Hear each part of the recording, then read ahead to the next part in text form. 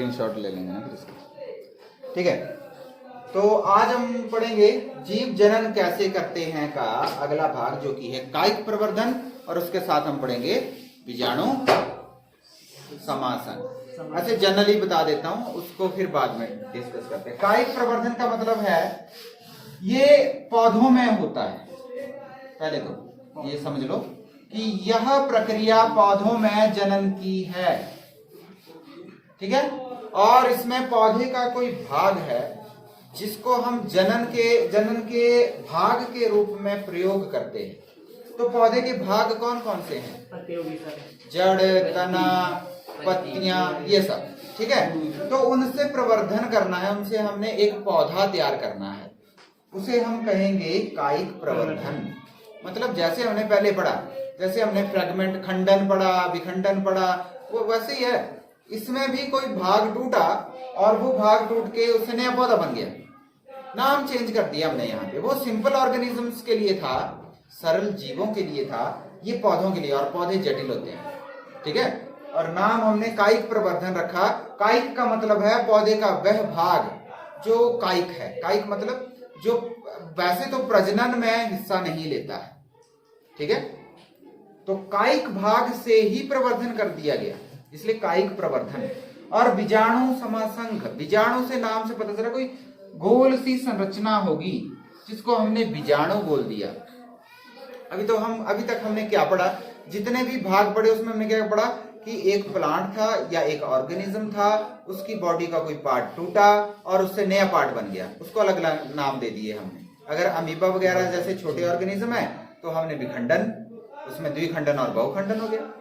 अगर कोई उससे थोड़े से बड़े ऑर्गेनिज्म है तो हमने उसको खंडन कह दिया। और उसके बाद क्या था, एक और था जो प्लेनेरिया में हमने पढ़ा था, क्या नाम है उसका, पुनरुद भवन, यानी पुनर्जनन। कट गया, जैसे किसी चीज को काट दिया, हमने तोड़ दिया। एक तो वो था कि खंडन में तो क्या था कि खुद ही उसने तोड़ा, अपने बॉडी के पार्ट को ऐसे तोड़ा और ये अलग ऑर्गेनिज्म बन गया, अलग ऑर्गेनिज्म बन गया, तो ये था खंडन।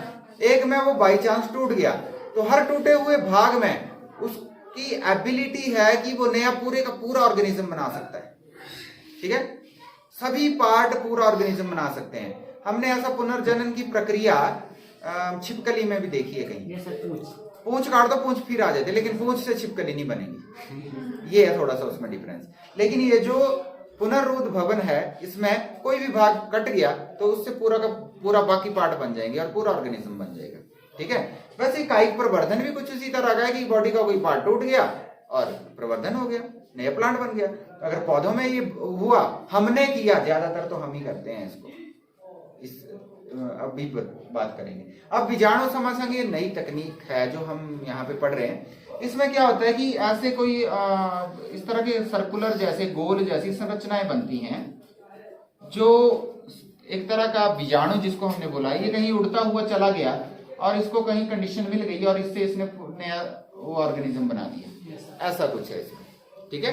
तो इनके बारे में समझते हैं। तो सबसे पहले कायिक प्रवर्धन की बात करते हैं। तो बात मैंने की कि कायिक प्रवर्धन कहाँ है, पौधों में। किन पौधों में है, क्यों है, ये भी हम पढ़ेंगे। तो पौधों के भाग होते हैं जड़, तना और पत्तियां। जब पौधे के इन भागों का प्रयोग हम करते हैं इनके जनन के लिए या नए पौधे को बनाने के लिए, नया पौधा उत्पन्न करने के लिए, जब इन भागों का प्रयोग किया जाता है नए पौधे उगाने के लिए, तो हम इस प्रक्रिया को कायिक प्रवर्धन कहते हैं, ठीक है।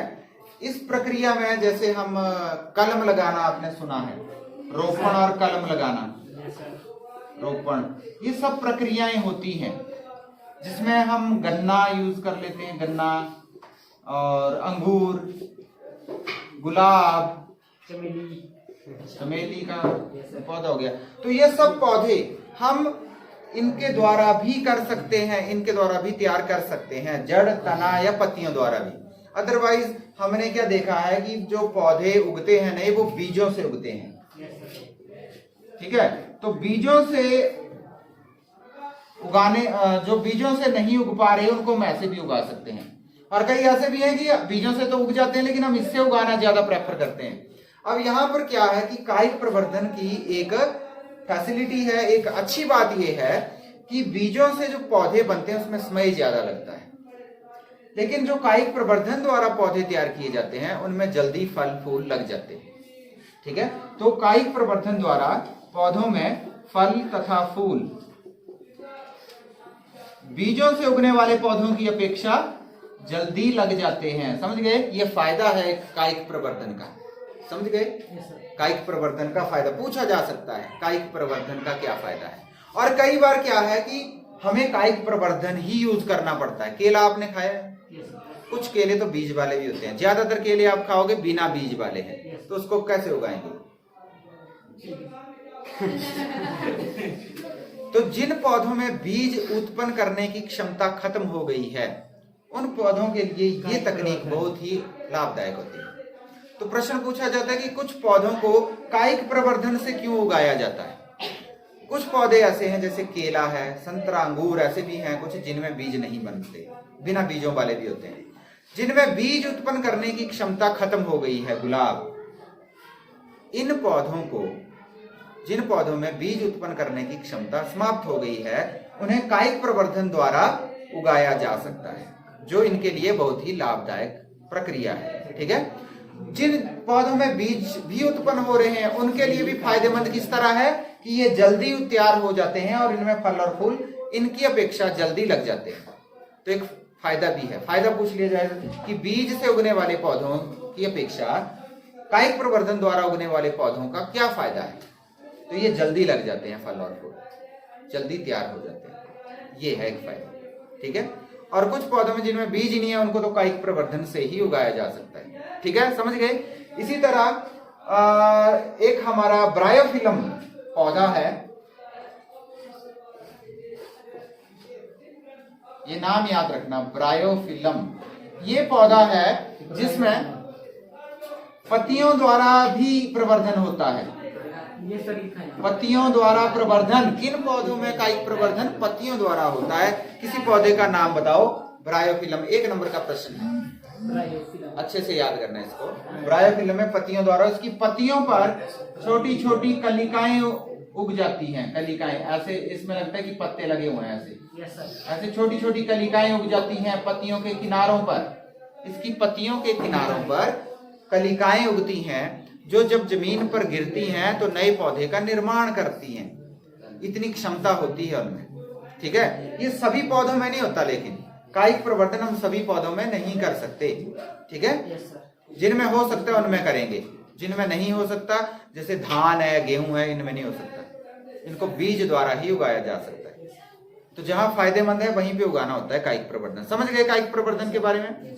तो ये आपने लिखना है कायिक प्रवर्धन क्या है, तो आपने बताना है कि कुछ पौधों में अपने कायिक भाग से, जैसे कि जड़, तना, पत्तियों से नया पौधा तैयार करने की क्षमता होती है। और जब जड़, तना या पत्तियों द्वारा पौधा तैयार किया जाता है, इसे, इस प्रक्रिया को कायिक प्रवर्धन कहते हैं। जैसे कलम लगाना, रोपण करना, ऐसे।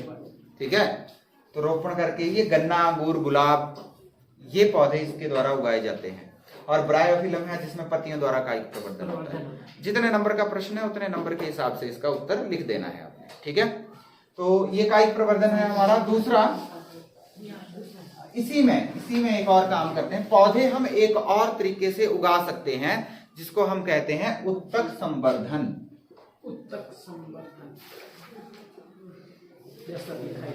उत्तक का मतलब क्या होता है? ग्रुप ऑफ सेल्स, कोशिकाओं का समूह, ऐसे ही होता है। तो कोशिकाएं हर जीव में होती हैं, जो भी जीवित है उसमें कोशिकाएं होती हैं। अगर वो जटिल जीव है तो उसमें कोशिकाओं का समूह है, अगर सरल है तो वो एक सेल वाले भी हो सकते हैं। ठीक है, तो कोशिकाएं मिलकर उत्तकों का निर्माण करती हैं। कुछ उत्तक ऐसे होते हैं, जैसे पौधे के शीर्ष भाग पर आपने पढ़ा है, यहाँ पर बीजोतक उत्तक होते हैं जो इसकी लंबाई बढ़ाते हैं। बीजोतक मेरिस्टेमेटिक सेल्स होते हैं, तो मेरिस्टेमेटिक टिश्यू कहते हैं इसको, है ना। बीजोतक उत्तक कहते हैं। तो पौधे के शीर्ष भाग से ये उत्तक निकाले जाते हैं। शीर्ष भाग से क्यों निकालते हैं? मेरिस्टेम से क्यों निकालते हैं? क्योंकि इसमें बीमारी होने के चांसेस नहीं हैं। बीमारी नहीं, कोई पौधे में बीमारी लग गई लेकिन उसमें गुण अच्छे थे, वो चाहिए, अब उसमें बीमारी लग गई तो उससे हम प्रवर्धन कैसे करवाएंगे? तो बेटर ये है कि उसका शीर्ष भाग जहां पर मेरिस्टेम है उसको निकाला जाए और वो जो उत्तक है उसको हम कहीं लैब में ले जाएं, कृत्रिम ऐसा वातावरण दें और लैब में ले जाकर वहां पर उसको मल्टीप्लाई करवाएं, वहां पे उसकी ग्रोथ करवाएं। ठीक है, तो धीरे धीरे ये सेल्स ग्रो करेंगे और एक बड़ा मास बन जाएगा, बड़ा टुकड़ा बन जाएगा, उत्तक का एक मास जैसा बन जाएगा, जिसको हम कैलस कहते हैं। सबसे पहले इन सेल्स को निकाला जाता है, एक सेल भी निकाला जा सकता है, एक अकेला सेल भी निकाला जा सकता है इसमें से। ठीक है, तो प्रेफर हम क्यों करते हैं टिप को? क्योंकि वहां मेरिस्टेम है और मेरिस्टेम के सेल्स जो है पूरी तरह इंटैक्ट यानी बिना किसी क्षति के होते हैं। ठीक है, चाहे पौधा सड़ गया बीमारी से, मेरिस्टेम है, निकालो, उसके सेल्स पूरे उसमें क्वालिटीज होंगी और उससे बनेगा पहले कैलस, सेल्स का एक ग्रुप बनेगा, मास बनेगा, जिसको कैलस कहेंगे और कैलस को ले जाकर हम इसमें हार्मोन्स वगैरह देकर इसको कहीं उगा देंगे और उससे पौधा बन जाएगा। एक जो कैलस था ये मास ऑफ सेल है। ठीक है, और ये कैलस को हम जब उगाएंगे तो इससे पौधा तैयार हो जाएगा। इस प्रक्रिया को उत्तक संवर्धन कहते हैं। ये प्रश्न भी आता है, उत्तक संवर्धन क्या है? कि पौधे के या किसी सजीव के कुछ कोशिकाओं में ये क्षमता होती है कि उन कोशिकाओं का संवर्धन करके उनसे नया जीव बनाया जा सकता है। जैसे पौधों के बीजोतक उत्तक शीर्ष पर जो होते हैं, उन बीजोतक उत्तक को लैब में ले जाकर उनकी मल्टीप्लिकेशन, उनका होता है, गुणन किया जाता है, जिससे एक मास बन जाता है, कैलस, सेल्स का टुकड़ा गोला बन जाता है, जिसको कैलस कहते हैं। और उस कैलस को हार्मोन की सहायता से फिर पौधा तैयार करने में प्रयोग किया जाता है। इस तकनीक को उत्तक संवर्धन कहते हैं। उत्तक बना, उत्तक से प्लांट बन गया, तो इसे कहेंगे उत्तक संवर्धन। समझ गए? ये तकनीक है, याद रखना। उसके बाद अगला प्रकार हमारा दूसरा जो मैंने बोला, बीजाणु समासंग। कुछ पौधों में क्या होता है, पौधे नहीं, ये पौधे नहीं है, कवक है, जैसे राइजोपस है। राइजोपस में क्या होता है, आप ब्रेड को रख दो कुछ दिन के लिए नमी में, तो उसमें वो धागे धागे निकलने लग जाते हैं। ठीक है, तो ये जो धागे धागे उग रहे हैं, ये कोई इसका जनन भाग नहीं है। ठीक है, ये जो धागे धागे उग रहे हैं ये राइजोपस के धागे हैं। ठीक है, तो ये राइजोपस एक कवक है जिसमें क्या होता है, इसके टिप पर, अग्रभाग पर एक गोल आकृति होती है, ऐसे, इतनी बड़ी तो नहीं होती लेकिन ये बता रहा हूं। ठीक है, ऐसे उधर बनाया भी होगा मेरे ख्याल से। इसको क्या नाम दिया है? बीजाणु है सर, बीजाणु है। इसमें कुछ बीज होते हैं ऐसे, इनको बीजाणु, और इसको पूरे स्ट्रक्चर को क्या बोला है? अच्छा ठीक है, कवक, फंगस होता है, ये कवक होता है। ठीक है, तो इसका ये अग्रभाग होता है जहां पे बहुत सारे बीजाणुओं का एक गुच्छा बना होता है, गोल सा गुच्छा। तो जब ये टूटेगा तो इसमें से बहुत सारे बीजाणु निकलेंगे। ये बीजाणु हल्के होते हैं, हवा के द्वारा चले जाते हैं उड़ के आराम से, क्योंकि ये बहुत सारे होते हैं तो हवा के द्वारा आराम से इधर उधर चले जाते हैं। जब इधर उधर चले जाते हैं तो इनके बीच की प्रतिस्पर्धा खत्म हो जाती है। ठीक है, क्योंकि इनको भोजन चाहिए, सारे एक जगह पड़ जाएंगे तो भोजन कहां से मिलेगा इनको? ठीक है, तो ये जो बीजाणु है, इनकी खास बात क्या है कि जब प्रतिकूल परिस्थितियां होती हैं तो इन बीजाणुओं के बाहर की जो परत है वो कठोर होती है। ठीक है, इनकी बाहरी परत कठोर होती है। देखो फायदा है बीजाणु द्वारा जो प्रजनन होता है, उसमें क्या फायदा है, इनकी बाहरी परत जो है वो कठोर होती है, जिसकी वजह से प्रतिकूल परिस्थितियों में ये सूखते नहीं हैं। प्रतिकूल परिस्थितियों में ये सूखते नहीं हैं, और जब अनुकूल परिस्थितियां आती हैं और इनको नमी मिलती है तो ये अपना जीव तैयार कर देते हैं, राइजोपस तैयार कर देते हैं। समझ गए? और बहुत ज्यादा अमाउंट में, बहुत ज्यादा संख्या में ये बनते हैं, इसलिए इनसे बहुत ज्यादा अपने जीव तैयार होने के चांसेस रहते हैं। समझ गए? आगे समझ। तो बीजाणु समासंग में पूछा जा सकता है कि इसके क्या फायदे होते हैं, क्या इसके गुण हैं। तो आपने बताना है कि अधिक संख्या में होते हैं तो, और इनके बाहर की परत कठोर होती है, जिसकी वजह से अनुकूल परिस्थितियों में भी ये अपने आप को संभाल के रख सकते हैं, और प्रतिकूल परिस्थितियों में, अनुकूल परिस्थितियां आने पर ये नया जीव तैयार कर देते हैं। तो यहां तक हमारा जो रिप्रोडक्शन का पार्ट था, जनन का भाग था, ये हमने पढ़ा छोटे जीवों में, ठीक है, और कुछ पौधों में भी हमने पढ़ा और छोटे जीवों में पढ़ा, जिसमें सिर्फ और सिर्फ कोई बॉडी का एक पार्ट यूज किया गया है, ठीक है, एक बॉडी का पार्ट यूज किया है। इसको अलैंगिक जनन भी कहते हैं। हम बाद में पढ़ेंगे कि अलैंगिक जनन क्या है और लैंगिक जनन क्या है, इनमें क्या डिफरेंस है। ये सारे अलैंगिक जनन के प्रकार हमने पढ़े, ठीक है। इसमें एक ही जीव प्रयोग किया गया है, दो जीवों का संगम नहीं हुआ, इसमें दो जीवों के सेल्स आपस में ज्वाइन नहीं हुए। तो जब दो सेल्स, दो, जो हमने 8वीं में भी पढ़ा था कि गैमेट्स होते हैं, युग्मक होते हैं, नर और मादा युग्मक, तो वो मिलते हैं, फिर युग्मनज बनता है, फिर भ्रूण बनता है ना, ऐसा कुछ हमने पढ़ा है। तो वो लैंगिक जनन है। लैंगिक जनन आपने 8वीं में वैसे पढ़ा हुआ है ना। लैंगिक जनन में अकेला जीव नए जीव का निर्माण कर देता है। अलैंगिक जनन में नर और मादा के युग्मक मिलकर युग्मनज बनाते हैं, उस युग्मनज से नया जीव तैयार होता है। तो अब जो अगला पार्ट है हमारा, वो लैंगिक जनन का भाग होगा, ठीक है। ये हमारा अलैंगिक जनन का पार्ट खत्म होता है। अगले भाग में हम पढ़ेंगे लैंगिक जनन में। तो लैंगिक जनन पढ़ने से पहले सबसे पहले कुछ जनरल सी बातें सीख लेते जो हमने पहले समझी हुई है।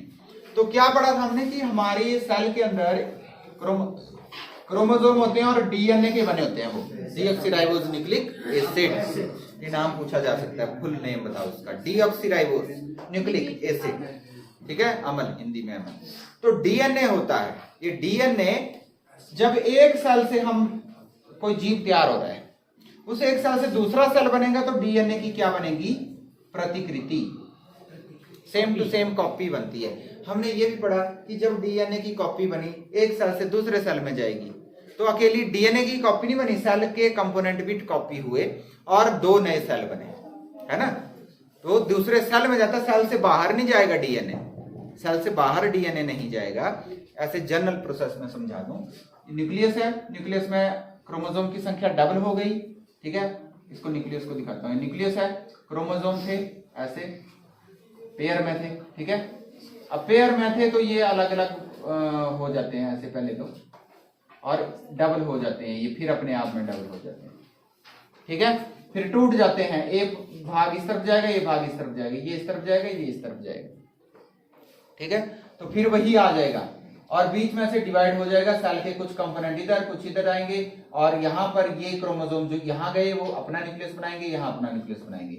अगर इसमें 23 पेयर थे तो यहाँ 23 पेयर आएंगे, यहाँ 23 पेयर आएंगे। पहले मल्टीप्लाई होंगे, फिर सेपरेट हो जाएंगे, और नंबर ऑफ क्रोमोसोम उतने ही रहेंगे। तो इस तरह से संख्या को बराबर करके रखा, ठीक है, जब भी सेल डिवाइड होता है तो, ठीक है। तो कॉपी होता रहता है, अगले सेल में जाता रहता है।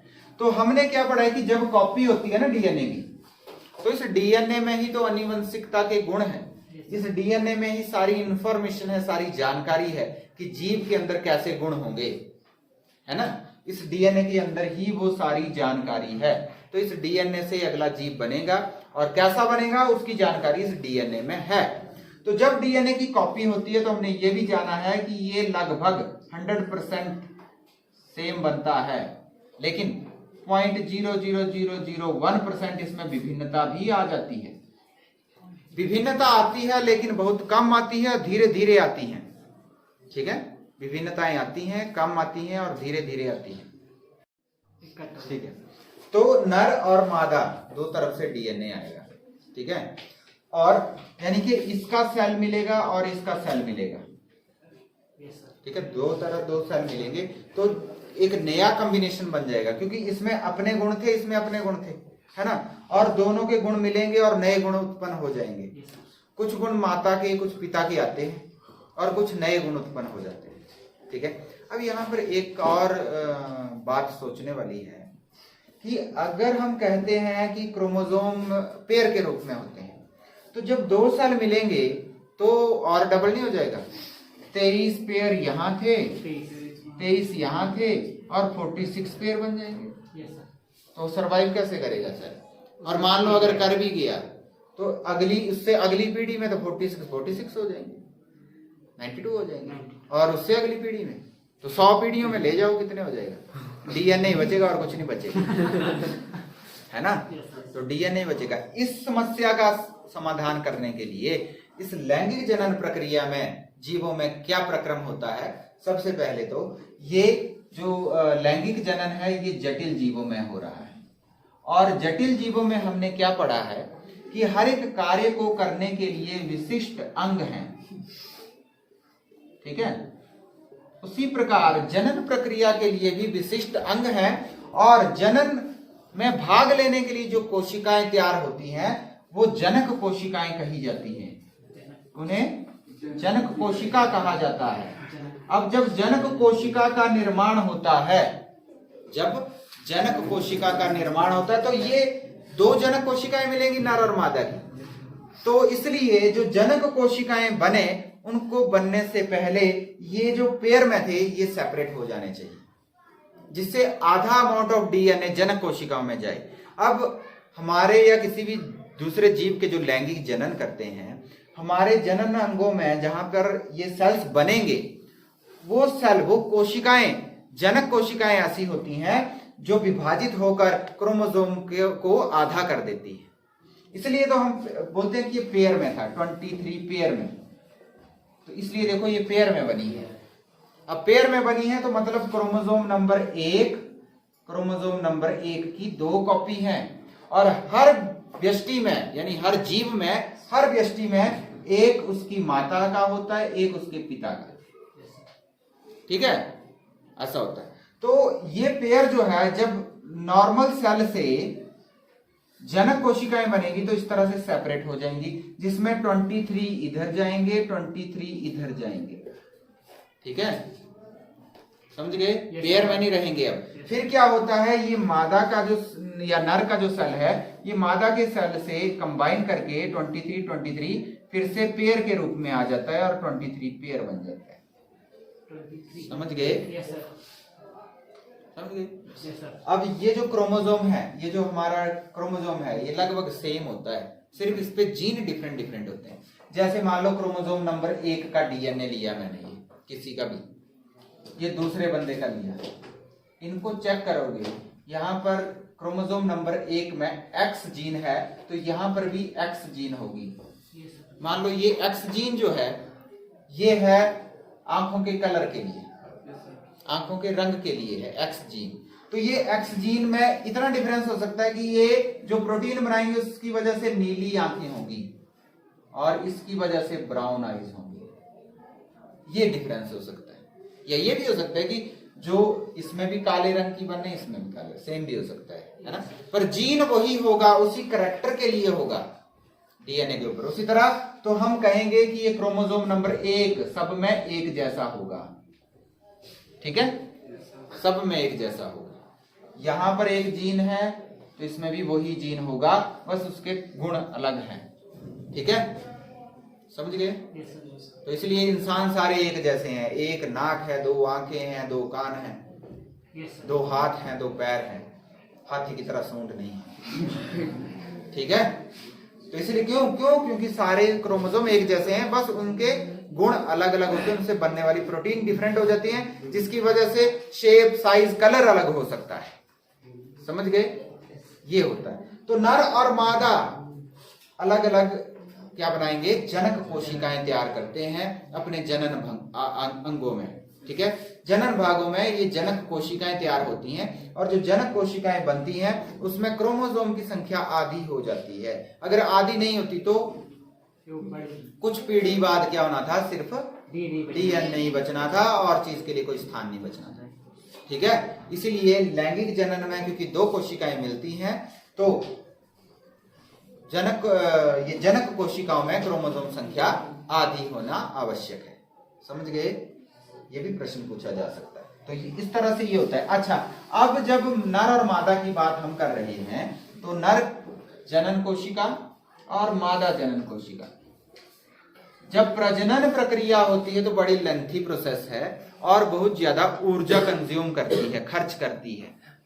ठीक है, बहुत ज्यादा ऊर्जा खर्च होती है इस प्रक्रम में। हालांकि हम बोलते हैं कि जनन प्रक्रम आवश्यक भी नहीं है एक व्यष्टि के लिए, मतलब एक जीव के लिए। वो तो जिएगा ही, अगर उसमें जनन की अगर एबिलिटी ना भी हो तो भी वो तो जिएगा ही, लेकिन उससे उसकी समष्टि खत्म हो जाएगी। ठीक है, तो समष्टि जो स्पीसीज है उसको चलाए रखने के लिए जनन प्रक्रम आवश्यक है, एक व्यष्टि के लिए नहीं है, पूरी समष्टि के लिए आवश्यक है ना। अगली जनरेशन, नहीं तो इंसान खत्म हो गया या कोई दूसरा जीव खत्म हो गया अगर जनन प्रक्रम ही ना होता तो। ठीक है, तो ये इस प्रक्रिया में ऊर्जा खर्च ज्यादा होती है, ऊर्जा ज्यादा खर्च होती है। ठीक है, तो इसके लिए इन जनक कोशिकाओं को के अंदर ऊर्जा स्टोर होनी चाहिए, ऊर्जा स्टोर होनी चाहिए। लेकिन एक बात यहाँ सोचने वाली है कि अगर एक कोशिका के पास दूसरे को जाना है तो गतिशील भी होना पड़ेगा ना किसी कोशिका को। किसी कोशिका को 8वीं में पढ़ा हुआ है हमने ये सारा, किसी कोशिका को गतिशील होना पड़ेगा तो उसमें अमाउंट कम होना चाहिए, जो गति में रहेगा उसके ऊपर भार ज्यादा नहीं होना चाहिए। ठीक है, और जो गति में नहीं रहेगा उसमें ज्यादा अमाउंट में एनर्जी होनी चाहिए, ऊर्जा होनी चाहिए, ताकि जनन की प्रक्रिया को होने में जो ऊर्जा लगे उतनी ऊर्जा उसमें होनी चाहिए। तो एक कोशिका ऐसी होगी जो गतिशील होगी, उसको हम नर युग्मक कहेंगे, और जो गतिशील नहीं होगी, एक जगह स्थिर होगी और बड़े साइज की होगी और जिसमें बहुत ज्यादा अमाउंट में एनर्जी होगी है, उसको हम मादा युग्मक कहेंगे। ठीक है, मादा युग्मक। तो नर युग्मक बताओ और मादा युग्मक बताओ मुझे, क्या होता है नर युग्मक क्या है और मादा युग्मक क्या है? कौन बताएगा? युग्मनज मतलब जाइगोट। तो नर और मादा युग्मक, शुक्राणु और अंडाणु जब जुड़ेंगे तो युग्मनज बनेगा और युग्मनज से नया जीव तैयार होगा। ठीक है, ये प्रक्रिया हमने 8वीं में मानवों में पढ़ी है, यहाँ पर हम नहीं प्लांट्स में भी पढ़ी है शायद बात। यहाँ पर स्टार्ट करेंगे हम प्लांट से।